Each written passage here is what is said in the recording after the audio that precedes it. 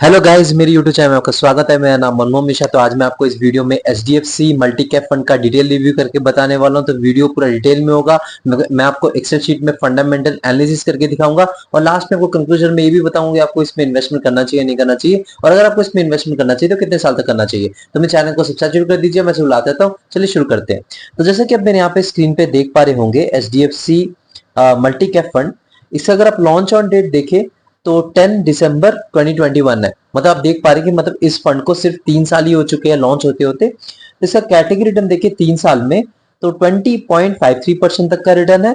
लेकिन इस फंड का अगर आप रिटर्न देखिए 3 साल में तो 24.22% तक का रिटर्न है। मतलब इसने अपने कैटेगरी को लगभग 4% से बीट कर रखा है, जो कि बहुत बड़ा और अच्छा खासा मार्जिन है अगर आप देखें 3 साल के टाइम फ्रेम में। तो यहाँ पे मैं पॉजिटिव फीडबैक दूंगा, क्योंकि देखिए कैटेगरी बीटिंग रिटर्न होना जरूरी होता है। तो यहाँ पे मार्जिन भी बहुत अच्छा खासा है, 4% का मार्जिन है लगभग, अप्रोक्स आप मान सकते हैं। तो मैं यहाँ पे एक पॉजिटिव फीडबैक दूंगा। लेकिन हाँ, एक बात याद रहे कि मैं आपको यहाँ पे नीचे अभी रिस्क और रिटर्न रेशियो के बारे में भी एनालिसिस करेंगे। उस बेसिस पे ही हम जज कर पाएंगे कि अच्छा खासा म्यूचुअल फंड है या नहीं है। क्यों, देखिए अगर यहाँ पे रिस्क बहुत ज्यादा ले रहा है अपनी कैटेगरी से और आपको रिटर्न 3 से 4% ज्यादा दे रहा है कैटेगरी से, तो वो वर्थ नहीं है। तो वहां पे जो मैंने अभी तक जो पॉजिटिव फीडबैक दिया वो भी नेगेटिव में टर्न हो सकता है। तो वो चीज भी हम यहाँ पे डिटेल में स्टडी करने वाले हैं। तो मैं आपको डिटेल में बताऊंगा, उसके बाद ही जाके हम जज करेंगे इस पर्टिकुलर म्यूचुअल फंड के बारे में। तो मान लीजिए आपने इस पर्टिकुलर म्यूचुअल फंड में 1000 रुपए इन्वेस्टमेंट किया होता है 1 साल तक कंटिन्यूअसली। तो आपका जो अमाउंट डिपॉजिट होता है, मतलब हर महीने अगर 1000 रुपए डिपॉजिट किया होता तो आपका यहाँ पे 12,000 रुपए टोटल डिपॉजिट हुए होते। मतलब अगर आपने इन्वेस्टमेंट किया होता तो 12,000 रुपए आपको कन्वर्ट होकर बन गया होता 13,678 रुपीज एक साल में। मतलब आपका 1678 रुपए की बढ़ोतरी देखने को मिली होती। अगर मान लीजिए आपने इस फंड में ना इन्वेस्टमेंट करके आपने गोल्ड में इन्वेस्टमेंट किया होता तो आपका जो अमाउंट डिपॉजिट होता है वो 12,000 रुपए एक साल में, और 12,000 रुपए कन्वर्ट होकर बन गया होता 13,354 रुपीज, मतलब 1354 रुपीज का आपको बढ़ोतरी देखने को मिली होती। अगर मान लीजिए आपने गोल्ड में ना इन्वेस्टमेंट करके अपने इस पर्टिकुलर म्यूचुअल फंड में ना इन्वेस्टमेंट करके अपने एफडी में इन्वेस्टमेंट किया होता तो आपका हर महीने अगर 1000 रुपए डिपॉजिट करते कंटिन्यूसली हर महीने 1 साल तक, तो आपका जो अमाउंट डिपॉजिट होता है वो 12,000 रुपए, और 12,000 रुपए को कन्वर्ट होकर बन गया होता 12,462 रुपए, मतलब 462 रुपीज की बढ़ोतरी आपको देखने को मिली होती है। तो आपको यहाँ पे इन्वेस्टमेंट की ताकत दिख रही होगी, क्यों इन्वेस्टमेंट करना जरूरी होता है, चाहे वो म्यूचुअल फंड में क्यों ना, चाहे गोल्ड में क्यों ना। इधर देख पा रहे जो एफडी है उसमें आपको रिटर्न कितना कम मिल रहा है, आपको यहाँ पे एक्सेल शीट में पता चल रहा होगा। अब यहाँ पे रिटर्न वर्सेस कैटेगरी की बात करें तो यहाँ पे रिटर्न हाई है, डेफिनेटली आप इसको हाई कंसीडर करेंगे। तो देखिए आपको कैटेगरी बेटिंग रिटर्न कर रहा है वो भी बड़े मार्जिन से, वो भी 4% के मार्जिन से। तो यहाँ पे रिटर्न कैटेगरी के साथ अगर कंपेयर कर रिटर्न को तो हाई रहेगा। रिस्क वर्सेस कैटेगरी की बात करें तो एवरेज रिस्क है, वो कैसे रिस्क है अभी हम एवरेज है वो हम नीचे इसके बारे में डिस्कस करने वाले हैं।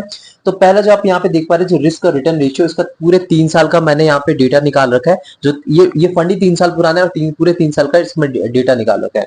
तो देखिए यहाँ पे जो दो पैरामीटर्स हमने चूज कर रखे हैं जिस बेसिस पे हम डिसाइड करेंगे कि ये पर्टिकुलर म्यूचुअल फंड कितना रिस्क लेके चलता है। तो दो पैरामीटर जो है उनमें से एक है बीटा और दूसरा है स्टैंडर्ड डिविएशन। तो बीटा बेसिकली क्या होता है कि आपको बताता है volatility with respect to its benchmark. जी हाँ, ये पर्टिकुलर म्यूचुअल फंड कितना वॉलेटाइल है आप अगर आप कंपेयर करें इसके बेंचमार्क के साथ, तो ये आपको ये बीटा बताता है। अगर ये कम हो तो उसे अच्छा खासा माना जाता है, बेसिकली 1 से कम हो तो ठीक ठाक सा माना जाता है। तो यहाँ पे देखा जाए इस पर्टिकुलर म्यूचुअल फंड को फंड का अगर आप बीटा देखें तो 0.92 है और कैटेगरी देखें तो 0.91 है। तो आप देख सकते हैं यहाँ पे जो वॉलेटिलिटी आपको लगभग दोनों के बराबर ही देखने को मिलेगी। देखिए 0.91 0.92 में ज्यादा फर्क नहीं है, तो यहाँ पे वॉलेटिलिटी आपको ज्यादा देखने को मिलेगी और दोनों में बराबर की वॉलेटिलिटी देखने को मिलेगी। तो यहाँ पे मैं ना तो पॉजिटिव फीडबैक दूंगा ना तो नेगेटिव फीडबैक दूंगा। देखिए बराबरी है और आपको वहां पे रिटर्न भी थोड़ा कैटेगरी बीटिंग रिटर्न है, तो वहां पे ओवरऑल देखा जाए तो दोनों को अगर कंबाइन करें तो मैं यहाँ पे पॉजिटिव फीडबैक दूंगा इस पर्टिकुलर म्यूचुअल फंड के लिए, क्योंकि बराबरी का रिस्क लेके आपको रिटर्न कैटेगरी बीटिंग रिटर्न दे रहा है। तो डेफिनेटली यहाँ पे थोड़ा पॉजिटिव फीडबैक रहेगा। अब स्टैंडर्ड डिविएशन की बात करें तो स्टैंडर्ड डिविएशन बेसिकली क्या होता है, देखिए आपका जो एवरेज रिटर्न होता है ना उससे प्लस कर लीजिए उसे माइनस कर दीजिए, उसके बीच में जो आपको रेंज बन जाता है ना वो रेंज के बीच में आपको हर साल एक रिटर्न मिलता रहता है, तो वो होता है बेसिकली स्टैंडर्ड डिविएशन। तो स्टैंडर्ड डिविएशन जो है ना, मतलब ये अगर कम हो तो उसे अच्छा खासा माना जाता है, क्योंकि ज्यादा हो तो ज्यादा आपको वॉलिटिलिटी देखने को मिलेगी। तो यहाँ पे देखा जाए इस पर्टिकुलर म्यूचुअल फंड का 14.23 है, और अगर आप कैटेगरी का देखा जाए तो 14.56 है। तो देखा जाए लगभग दोनों के बराबर ही है अगर आप स्टैंडर्ड डिविएशन देखा जाए। तो ओवरऑल मैं आपको बताऊं जो रिस्क है ना ये लगभग बराबर लेके चलता है कैटेगरी के, और रिटर्न आपको कैटेगरी बीटिंग रिटर्न दे रहा है। तो यहाँ पे डेफिनेटली पॉजिटिव फीडबैक रहेगा। लेकिन हाँ, यहाँ पे सुपर पॉजिटिव फीडबैक नहीं दूंगा इसको, क्योंकि देखिए यहाँ पे रिस्क अगर कम ले रहा होता कैटेगरी से और कैटेगरी बीटिंग रिटर्न दे रहा होता तो डेफिनेटली यहाँ पे एक सुपर पॉजिटिव फीडबैक रहता, क्योंकि और क्या चाहिए, कैटेगरी से आपका रिस्क भी कम ले रहा है और आपको कैटेगरी से ज्यादा रिटर्न भी दे रहा है, तो डेफिनेटली वहां पे सुपर पॉजिटिव फीडबैक रहता है। तो यहाँ पे मैं एक ठीक ठाक सा फीडबैक दूंगा कि देखिए जाहिर सी बात है, अगर यहाँ पे रिस्क मीडियम ले रहा है, मतलब रिस्क बराबर ले रहा है और आपको रिटर्न भी कैटेगरी से दे रहा है, तो यहाँ पे नेगेटिव फीडबैक तो मैं दे ही नहीं सकता।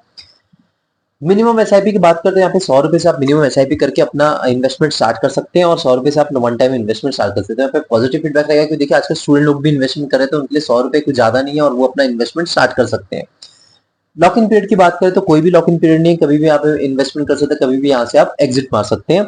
एम साइज की बात करते हैं, एम का फुल फॉर्म होता है एसेट अंडर मैनेजमेंट। इससे आपको पता चलता है इस पर्टिकुलर म्यूचुअल फंड में कितना पैसा इन्वेस्टेड है, कितने लोग यहाँ पे पैसा इन्वेस्टमेंट कर रहे हैं, तो ये सब चीजें आपको इससे पता चलता है। तो यहाँ पे अगर देखा जाए एम साइज अगर कम होना तो वो मैटर ऑफ कंसर्न होता है, तो इसीलिए होता है क्योंकि देखिए अगर इसका एम साइज कम है ना, तो यहाँ पे ज्यादातर लोग भरोसा नहीं कर रहे हैं, ज्यादातर लोग इन्वेस्टमेंट नहीं कर रहे हैं, तभी तो इसका एम साइज कम है। तो यहाँ पे एक प्रॉब्लम आ जाती है कि मतलब उनपे लोगों का भरोसा नहीं आ रहा है, मतलब जिस पर्टिकुलर म्यूचुअल फंड पे लोगों का भरोसा नहीं आ रहा है, तो इसका मतलब या इस म्यूचुअल फंड में कुछ ना कुछ खराबी है या कुछ ना कुछ कमियां हैं, जिसके कारण लोग ज्यादा भरोसा नहीं कर रहे, इन्वेस्टमेंट नहीं कर रहे, तभी एम साइज कम होता है तो प्रॉब्लम आती है।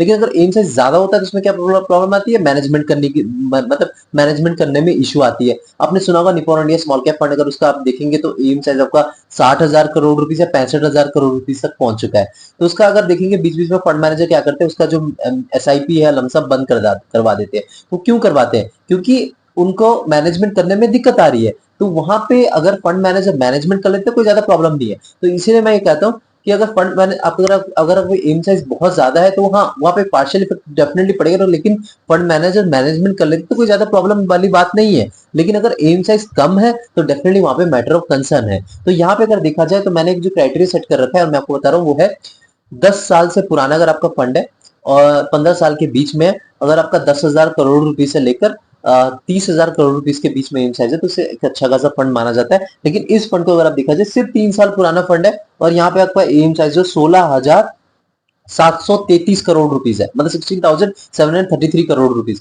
तो इतना ज्यादा एम साइज है वो भी सिर्फ 3 साल में। तो इस बेसिस पे मैं बताऊं इसको एक पॉजिटिव फीडबैक दूंगा एम साइज में, मतलब यहाँ पे लोगों का डेफिनेटली भरोसा है, तभी यहाँ पे ज्यादातर पैसा इन्वेस्टमेंट हो रहा है। अब देखो सिर्फ 3 साल में 16,000 करोड़ रुपीज तक पहुंच चुका है, तो डेफिनेटली यहाँ पे एम साइज के मामले में पॉजिटिव फीडबैक रहेगा।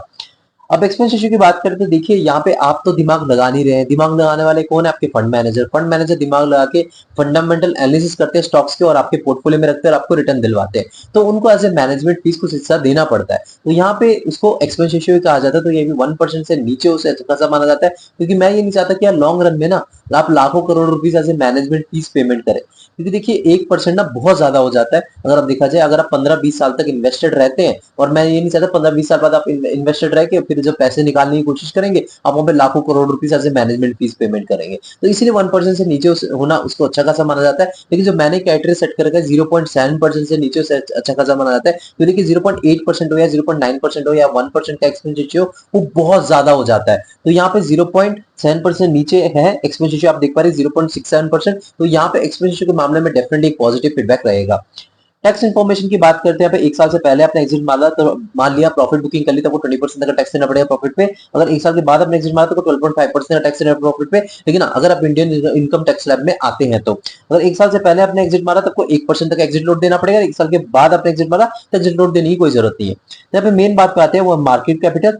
मार्केट कैपिटल की बात करते हैं मिड कैप में इनका एलोकेशन 27.09% तक एलोकेशन है, स्मॉल कैप में इनका 25.7% तक एलोकेशन है, लार्ज कैप में 44.12% तक एलोकेशन है, डेप्थ एनालिसिस में 3.1% तक एलोकेशन है। तो देखिए मैं एक सेबी का गाइडलाइन बता दूं कि उन्होंने कह रखा है कि अगर आप मल्टी कैप कैटेगरी का म्यूचुअल फंड ले रहे हैं तो उसमें करीब करीब 25% तीनों कैटेगरी के स्टॉक्स होने चाहिए, मतलब जैसे कि 25% आपका स्मॉल कैप के स्टॉक्स होने चाहिए, 25% आपका मिनिमम मिड कैप के होने चाहिए और 25% आपका लार्ज कैप के होने चाहिए। बच्चे 25% उसमें आप कुछ भी ले सकते हैं, मतलब लार्ज कैप ज्यादा ले सकते हैं, मिड कैप ले सकते हैं, स्मॉल कैप ले सकते हैं, वो टोटली डिपेंड करता है फंड मैनेजर पे। लेकिन आपका मिनिमम थ्रेशोल्ड फॉलो करना पड़ेगा इन तीनों का। तो इनका आप देख पा रहे हैं कि मतलब मिड कैप जो है 27% ले रखा है, स्मॉल कैप में 25% ले रखा है।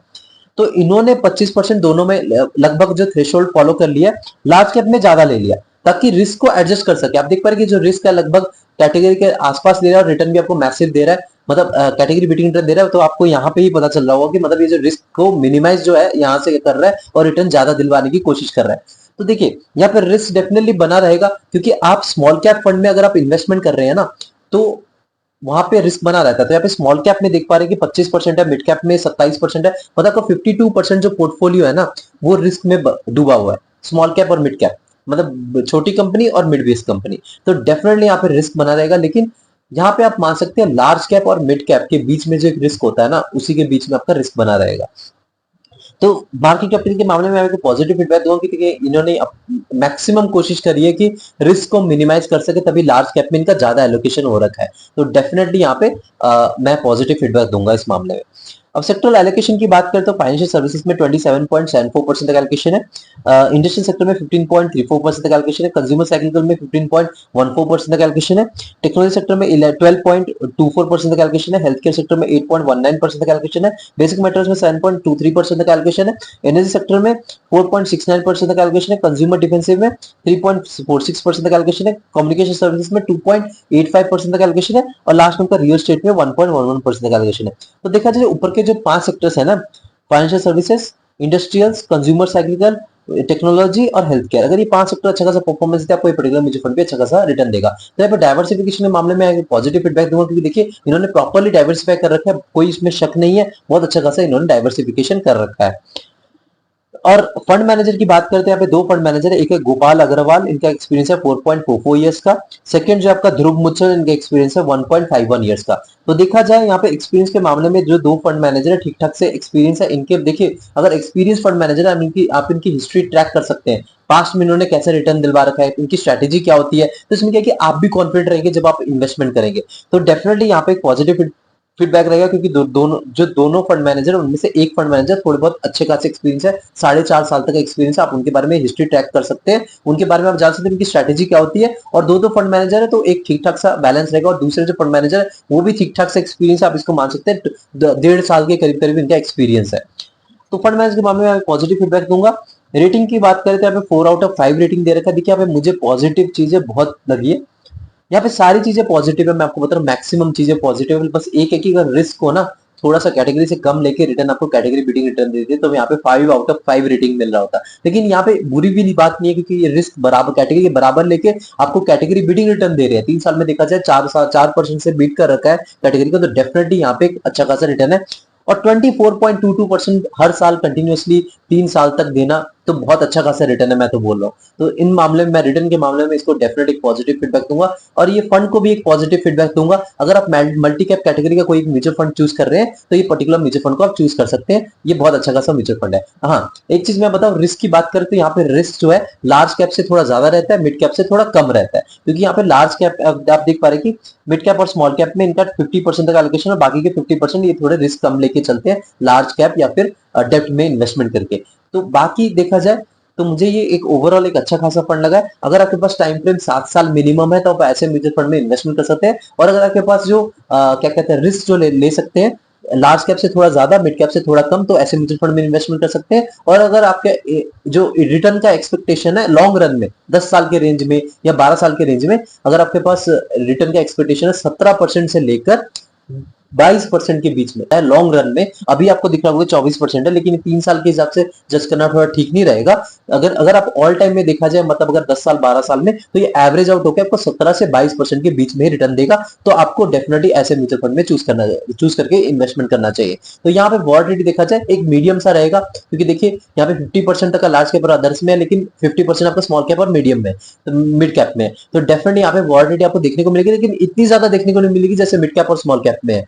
तो डेफिनेटली यहाँ पे आप अपने हिसाब से रिसर्च करके इन्वेस्टमेंट कर सकते हैं, लेकिन मेरे लिए ये इस पर्टिकुलर म्यूचुअल फंड के लिए मेरा पॉजिटिव फीडबैक रहेगा। लेकिन आप खुद रिसर्च करके इन्वेस्टमेंट करिएगा, ये नहीं कि मैंने बोल दिया और आपने जाके भाग के इन्वेस्टमेंट कर दिया, ऐसा बिल्कुल भी मत करिएगा। किसी कहने पे मत आइए, आप खुद रिसर्च करें और खुद कॉन्फिडेंट होकर इन्वेस्टमेंट करें, क्योंकि देखिए यहाँ पे ये आप खुद का पैसा है, खुद रिस्क लेंगे ज्यादा अच्छा रहेगा, यानी कि मैंने बोल दिया और आपने जाके, क्योंकि मैं सिर्फ रिव्यू दे रहा हूँ। तो मेरे हिसाब से 3 साल के हिसाब से बढ़िया ये रिटर्न दे रहा है और बढ़िया फंड है। तो मेरे चैनल को सब्सक्राइब जरूर कर दीजिए, मैं सिर्फ लाता रहता हूँ।